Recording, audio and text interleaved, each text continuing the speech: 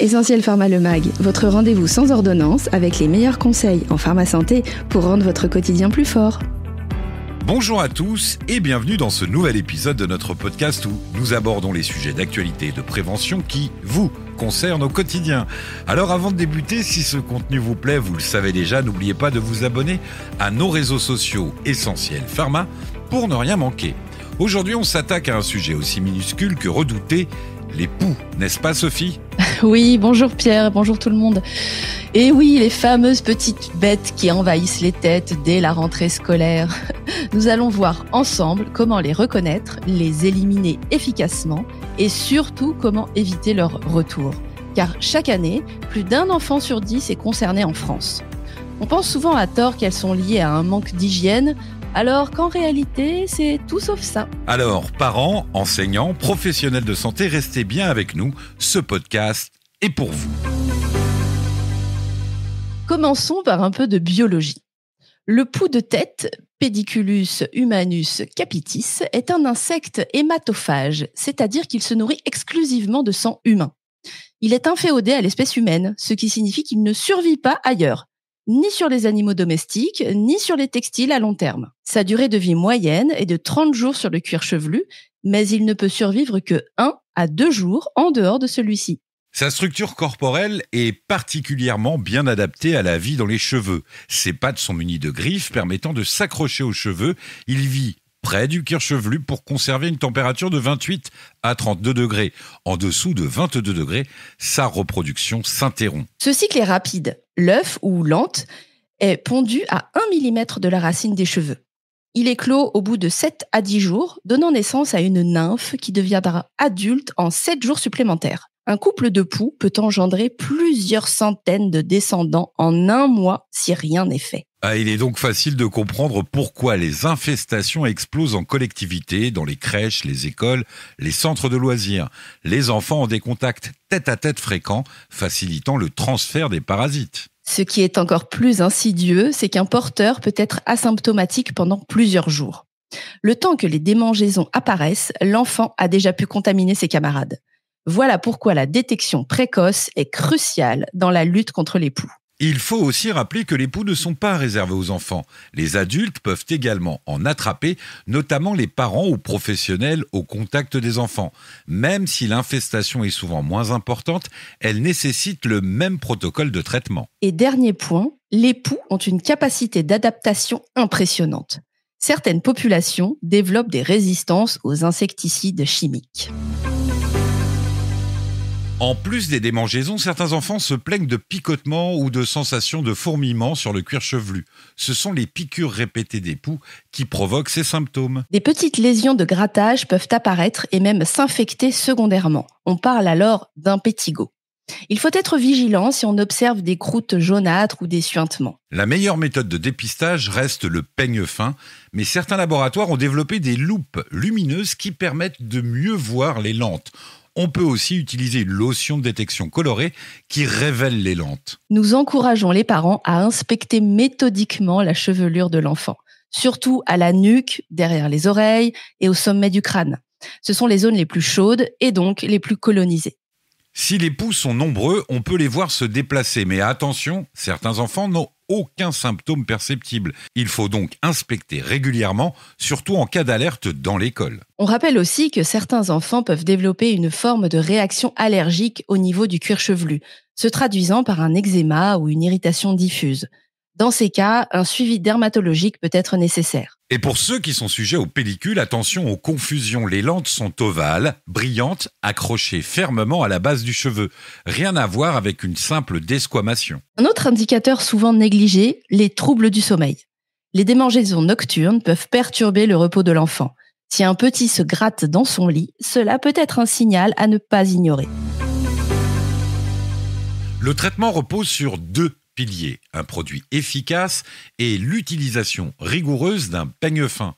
Mais attention, tous les traitements n'ont pas la même efficacité. Certains dispositifs médicaux sous forme liquide notamment, bien que largement utilisés dans la vie courante, présentent un risque irritant, corrosif ou toxique et nécessitent donc des précautions et une vigilance particulière lors de leur emploi. L'idéal est de demander conseil à un professionnel de santé en cas de doute. Il existe des alternatives avec des produits à base de diméthicone, huile de coco, paraffine ou huile végétale. Ils agissent par obstruction des voies respiratoires du pouls. Ils sont non neurotoxiques et adaptés aux jeunes enfants, parfois dès 6 mois. Il faut veiller à bien enrober la chevelure et le cuir chevelu.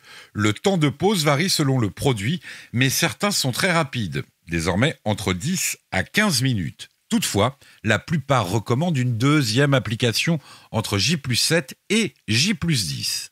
Les traitements insecticides à base de malathion ou permétrine sont moins utilisés, car les poux y sont souvent résistants et ils sont plus irritants.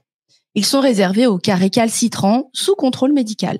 On peut associer un shampoing post-traitement qui aide au décollement des lentes mortes, en particulier à base d'acide lactique ou d'enzymes dissolvants. Enfin, n'oubliez pas le peigne. Utilisez un peigne à poux de qualité avec des dents serrées pour éliminer les lentes tous les 2 ou 3 jours. Désinfectez le peigne en le trempant dans de l'eau chaude à 50 degrés et attendez 2 jours avant de l'utiliser de nouveau.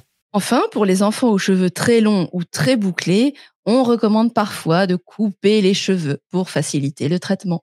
Il est aussi essentiel de bien respecter les temps de pause et les conditions d'application. Un produit mal utilisé, même excellent, perd toute efficacité. Et n'oublions pas le rôle de l'éducation. Impliquer l'enfant dans son traitement peut aussi l'aider à mieux le vivre. Le responsabiliser en l'invitant à utiliser lui-même le peigne ou à vérifier ses cheveux avec un miroir permet de transformer cette étape en routine positive plutôt qu'en corvée. En collectivité, le risque de recontamination est constant. Les poux passent d'une tête à l'autre par simple contact direct. C'est pourquoi la prévention repose sur des gestes simples mais rigoureux. Il existe aujourd'hui des sprays répulsifs à base de lavande, eucalyptus citriodora ou titri à vaporiser le matin avant l'école. Leur efficacité est modérée, mais ils constituent une barrière supplémentaire. Il est aussi essentiel de créer de bons réflexes chez l'enfant. Ne pas partager bonnet, écouteurs, casque, écharpe, ni peigne. Et pour les cheveux longs, tresses, chignons ou queue de cheval bien serrés. Les établissements scolaires devraient idéalement signaler rapidement les cas afin que les parents inspectent la tête de leur enfant. Une action coordonnée limite la propagation. Nous vous conseillons une inspection hebdomadaire des cheveux, même hors période de pic. Une détection précoce évite l'infestation massive. Côté hygiène, rappelons qu'un poux ne survit que 24 à 48 heures hors du cuir chevelu. Inutile donc de désinfecter la maison de fond en comble, mais il faut laver draps, thé d'oreiller, bonnet à 60 degrés ou isoler les objets non lavables pendant 3 jours dans un sac fermé. Pour les plus rigoureux, il existe des kits de prévention avec peigne, spray répulsif et fiches de suivi. Une approche utile dans les familles nombreuses ou lors des périodes à risque. Alors Sophie, quel est ton conseil clé pour les parents démunis face à une invasion ? Il faut accompagner, rassurer et surtout personnaliser les conseils. Le traitement des poux ne se résume pas à appliquer un produit. Il faut éduquer les familles à la méthodologie de traitement et de suivi. C'est notre rôle de professionnel de santé. Et vous intervenez aussi sur les produits d'environnement. Bien sûr, nous pouvons recommander des sprays antiparasitaires pour textiles qu'il faut utiliser en aérant la pièce. Mais aussi des protocoles simples pour les peluches ou les accessoires fragiles. 48 heures dans un sac hermétique ou 24 heures au congélateur. Le pharmacien peut aussi orienter vers un médecin si l'infestation est répétée ou si des réactions allergiques apparaissent. Oui, ou encore si l'enfant a moins de 6 mois, car tous les produits ne sont pas autorisés à cet âge. Alors, si on terminait avec quelques anecdotes insolites pour dédramatiser un peu tout ça. Excellente idée, Pierre. Alors, saviez-vous par exemple que les poux mâles possèdent 2 paires de testicules ? Grâce à ça, ils peuvent féconder jusqu'à 18 femelles à la suite sans pause. Une machine à pondre, ce qui explique la vitesse d'infestation. Incroyable. Encore plus surprenant, ils préfèrent certaines têtes. Des études suggèrent que les poux pourraient avoir un faible pour les personnes de groupe sanguin O et seraient un peu moins attirés par le groupe A. Mais ça reste à confirmer. Et non, ils ne font pas de discrimination sur l'hygiène. Au contraire, ils s'agrippent mieux aux cheveux propres car le sébum y est moins présent. Ce sont donc parfois les têtes les plus lavées qui sont les plus vulnérables. Et certains enfants attrapent même des poux en prenant des selfies.